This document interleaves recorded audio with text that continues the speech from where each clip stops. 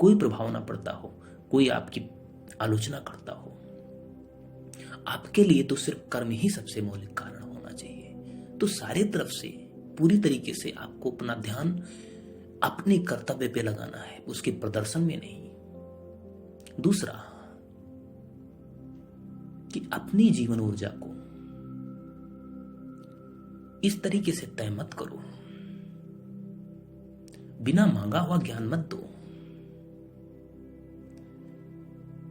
आप किसी से कह बैठते हैं और मुसीबत में फंसते हैं कि मैंने ऐसा इससे क्यों कहा। शब्दों के चुनाव को लेकर आपको सावधानी बरतनी होगी। हमारे जीवन में सबसे अधिक समस्याएं बोलने से आती हैं। किसी की बात मुझे ये स्मरण में है कि हमारे जीवन की अधिक से अधिक समस्याएं यूं खत्म हो जाती कि हम बोलना कम कर देते हैं। लेकिन नहीं, ये फिर गलत दिशा हो जाएगी। आपको बोलना रोकना नहीं है, अपने आप को रोकना। मैंने क्या कहा था कि सिर्फ ये गलती नहीं करनी है कि आपको अपने आप को निषेध में नहीं ले जाना है, लड़ाई नहीं लड़नी है अपने भीतर के मन से, बिल्कुल नहीं, कदापि नहीं, 1% भी नहीं। जैसे एक मोटे स्तर से लें, यदि आप अपने भीतर के काम ऊर्जा में प्रवाहित मन को रोकेंगे तो मन को भोजन देंगे। और देखो, कुछ देर तो आप काम के साथ खड़े हैं, तब तो उसे भोजन मिल रहा था। उसके बाद कुछ देर आप काम के विपरीत खड़े हैं, तो काम वासना के साथ तो दोनों अवस्थाओं में आप खड़े हैं, तो भोजन तो उसे दोनों अवस्थाओं में मिल रहा है। कुछ देर के लिए आप काम लिप्सा के चिंतन में आपके भीतर काम भावना जागृत हुई, उसके बाद उसको पोषित किया आपने, उसके बाद उसके विषय में पछता रहे हैं कि मुझसे नाहक हुआ, ये मुझसे भूल कैसे हो गई। तो मेरा कहने का तात्पर्य यह है कि जब आपसे घट गया जो, उस दौरान आपने उसे भोजन दिया, क्योंकि उस जगह तो उसने पाया। दूसरी तरफ आपके घटने के बाद भी तो आपका चिंतन उधर ही लगा है। तो वो विपरीत अवस्था में कुछ देर के लिए, आप जैसे एक शराबी शाम को कसम खा लेता है कल शराब नहीं पीऊंगा, लेकिन दूसरे दिन फिर पीता है। दूसरा, कुछ लोग हैं जो समझाते हैं, दुनिया में काफी लोगों की बातें मैंने सुनी है, मैं किसी का नाम नहीं लेना चाहूंगा, ऐसे महापुरुष हैं और अच्छा है, उन्हें काफी चिंतन का ज्ञान था, चिंतन से उन्होंने बहुत गहरे गहरे अर्थों को ढूंढ निकाला है। लेकिन कोई यदि आपको मैनिपुलेट करना चाहता है, मैनिपुलेट अर्थात यदि वो कहता है, तर्क देता है चारों तरफ का, और बाद में आपको किसी विषय पे मानने को कहता है, तात्पर्य अर्थात वो मैनिपुलेट कर रहा है। एक व्यक्ति जाके पैर न फटी बीमारी सो क्या जाने पीर पर आई, एक व्यक्ति दूर बैठा है और आपके विषय में कह रहा है, जो चूंकि वो सफल व्यक्ति है और आप बार बार असफल होने वाले हैं, तो वहां खड़े होकर कहना सहज है कि यहां से मैं अपने जीवन में परिवर्तन कैसे ले आऊंगा। वो तो बड़ी सहजता से कह देंगे महापुरुष या जो भी है कि नहीं, अपनी अवस्थाओं के विषय में, अपने भीतर के मन के विषय में जान लो और जानने से आपके जीवन में परिवर्तन आ जाएगा। ऐसा नहीं है। हम जानते हैं, अभी एक मूवी देखते हैं, उसमें अभिनेता को देखते हैं, वो अभिनय कर रहा है, हम जानते हैं सब झूठ है, लेकिन मन को रस आना थोड़ी ना बंद हो जाता है। मन को तो तब भी रस आ रहा है, जानता है झूठा है। तो संसार को यदि आप जान भी लेंगे तो मन को रस आना बंद नहीं हो जाएगा। आपके भीतर काम के विषय में बता दूं कि काम में किसी स्त्री में सुख नहीं है, शिशन का सुख है, और शिशन का भी सुख नहीं है, तुम्हारी आत्म विस्मृति का सुख है। यदि स्त्री में सुख है तो हस्त मैथुन हाथ से वो करने से क्यों उसका रस प्राप्त होता है? तात्पर्य अर्थात रस तो आपके भीतर है, रस आपके भीतर है, अर्थात वो मन का रस है। क्योंकि यदि उसके शिशन के रगड़ने से पैदा होता है तो एक मुर्दे में भी उसका रस प्राप्त होना चाहिए। नहीं, इसका मतलब रस कहीं पीछे है, तो फिर मन का रस है नहीं। वैसे देखा जाए तो सिर्फ भूलने का रस है। इस संसार में जो आदत जितनी गहरी होती है, अर्थात उसके पीछे आत्मविस्मृति उतनी गहरी होती है, बेखुदी जितनी गहरी होती है, आदत भी उतनी गहरी होती है। कहते हैं कि एलएसडी की दवा ले लो तो और गहरा नशा होगा।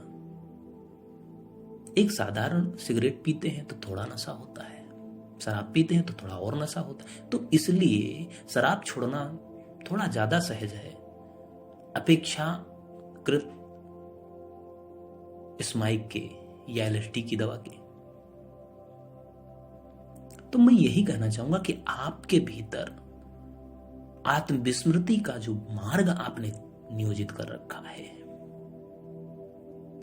वही आदत का रूप लेती है, तो उसे अवरुद्ध नहीं करना है।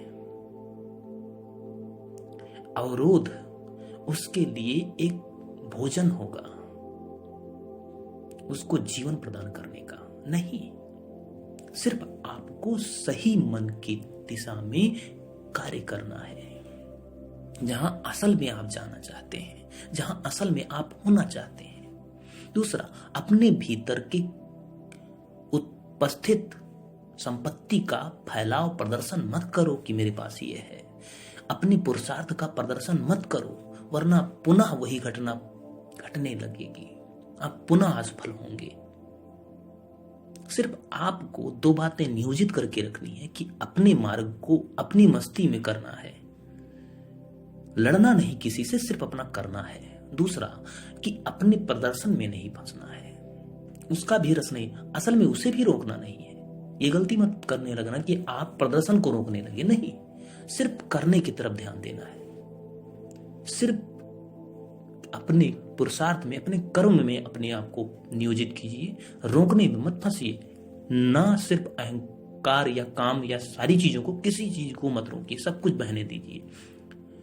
प्रदर्शन का आनंद आ रहा है, आने दीजिए मन को, आप पर बस देखा कीजिए कि उसे आया, कोई दिक्कत नहीं, आने दो उसे। सिर्फ आप अपने कर्म पे ध्यान रखिए, अपना कर्म करते जाइए, उसे रोकिए मत, पछताइए मत।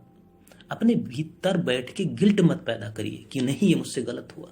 नहीं, जो हो गया सो हो गया, जो बीत गई बात सो बीत गई। यदि आपके किसी कृत्य से किसी को कष्ट हो रहा है तो ये पछताने वाली बात, ये प्रायश्चित करना चाहिए कि मेरी वजह से किसी को कष्ट हुआ। लेकिन यदि आप स्वयं के किसी कृत्य में कोई गलत कार्य कर बैठे जिसमें आपका समय नष्ट हुआ, आपकी ऊर्जा नष्ट हुई, तो उसके लिए पछताइए मत। उसमें आत्मग्लानि और गर्त में ले जाएगी आपको। यही तो उल्टी व्यवस्था है, समाज की सबसे उल्टी व्यवस्था यही है। और ये मैं बचपन से असफल रहा हूं, बार बार मैंने पतन को देखा अपने जीवन में। मेरे भीतर बहुत सारी विविध बुराइयां थी, उसको भोगा है, और मेरे भीतर जैसा रूपांतरण संभव हो सका है वैसा ही मार्ग आप लोगों को दे रहा हूं। मैं भी पूरी तरीके से नहीं कह सकता कि मैं रूपांतरित हो गया हूं, लेकिन हां, क्रांति शायद इसी तरीके से संभव है। यदि देखा जाए तो किसी के भी जीवन में हम गहरे में जाते हैं तो हम ये नहीं पाते उसने लड़ाई लड़ी अपने बुरे मन से। वाल्मीकि को ले लें, कालिदास को ले लें, इनका जीवन तो बहुत बाद में बदला है। तो ये भी नहीं कि आप बचपन से प्रतिभाशाली होकर होते तो ही आपके जीवन में क्रांति संभव होती। कालिदास तो मूर्ख थे, अभिज्ञान शकुंतलम जैसी रचना कर डाली। प्रयास और पुरुषार्थ की आवश्यकता है। कोई विशिष्ट है इसका मतलब यह नहीं कि आप विशिष्ट नहीं हैं। अकारण प्रकृति इस संसार में किसी चीज का सृजन नहीं करती। आपके पीछे बहुत बड़ी कारण नियोजित करके प्रकृति ने आपको यहां निर्मित किया है। आप स्वयं के खोज में नहीं जाते। और वैसे भी आप स्वयं के विषय में कहना चाहूंगा आपके कि आप स्वयं ब्रह्म हैं। अहम ब्रह्मास्मि शब्द जो कहा गया वो अकारण नहीं कहा गया है। आप स्वयं ब्रह्म हैं। क्योंकि बूंद बूंद से जैसे सागर बनता है, यदि बूंद को अलग कर देंगे तो ऐसे तो पूरे बूंद को अलग कर दीजिएगा, फिर सागर बचेगा कहां। खुद ही है तभी तो खुदा है। ये ममत्व ही उसे ईश्वर को निर्मित करता है। तो तुम्हारा होना ये बात नियोजित करता है कि तुम्हारा जो बूंद है और तुम्हारे जैसे बूंदों से मिलके ही वो ईश्वर बना है, जो व्यापक ब्रह्म जिसे आप कहते हैं। तुम भेद कर सकते हो कि ये मनुष्य का शरीर है, वो वृक्ष है, लेकिन चेतना में तो भेद नहीं है। चेतना उस वृक्ष में भी है, उस नदी में भी है, इन हवाओं में भी है, सूर्य में भी चेतना है।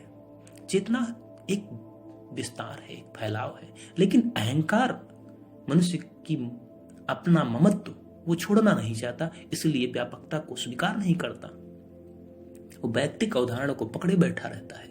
तो मैं आध्यात्मिकता के क्षेत्र में नहीं ले चलता, मैं पुरुषार्थ के क्षेत्र की बात करूंगा, जहां से क्रांति संभव है। क्रांति सिर्फ एक मार्ग से एक मार्ग से संभव है, सिर्फ एक अपनी सही दिशा नियोजित करना और उसमें अपना पुरुषार्थ देना, उसमें अपना योगदान देना।